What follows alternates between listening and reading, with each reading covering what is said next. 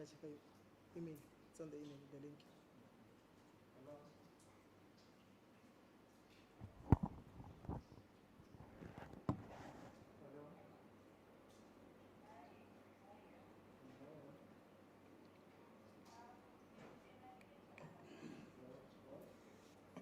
1, 2.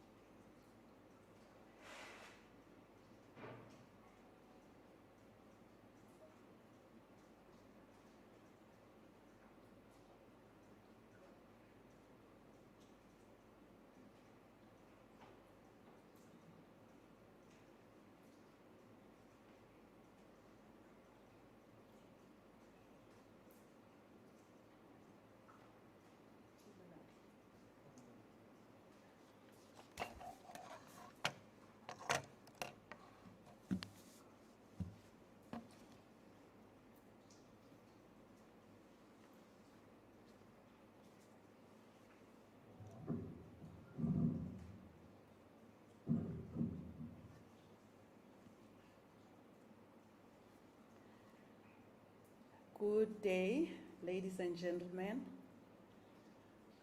our distinguished guests, our Fabco members.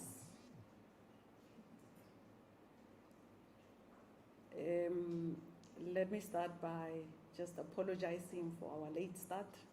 Technical issues have affected our starting. This is that time of the year during which Fabco has the annual General Assembly. And we all know that COVID-19 has impacted on our day-to-day lives, and it had created a new normal, so to say. We should have, as you all know, that is our culture, that we annually have this kind of gathering. But unfortunately, for 2020, we couldn't, because that was the beginning of this pandemic. Now, for this year, we had a very short time to prepare and to make sure that it happens, because life goes on. We still needed to make sure that our organization continues to operate. And even now, under the circumstances, we have to make sure that something is happening. So without waste of time, because we also are allocated a very short time in terms of our visual presentation, our chairperson is going to present us the executive report, and definitely because there are mandates that the executive has to approve and make sure that they are being implemented in order to carry on with operations. The chairperson will be doing exactly that.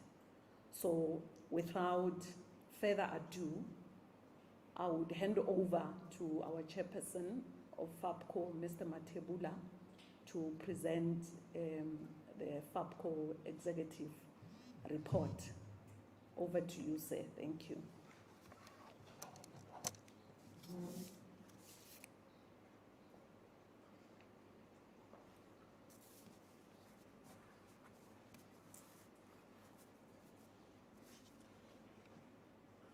Thank you, General Secretary.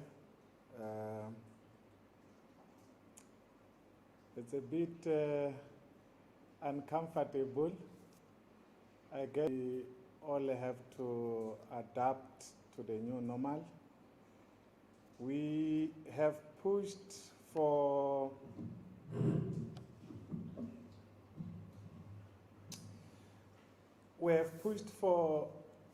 this General Assembly, knowing very well that it's not going to be easy to pull it through.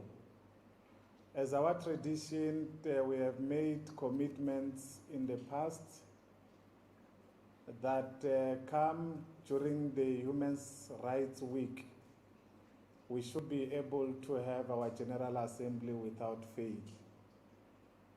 We missed the 2021 because when we're going into March, then we all got locked. So and the issue of virtual platforms to communicate with the farmers was not possible.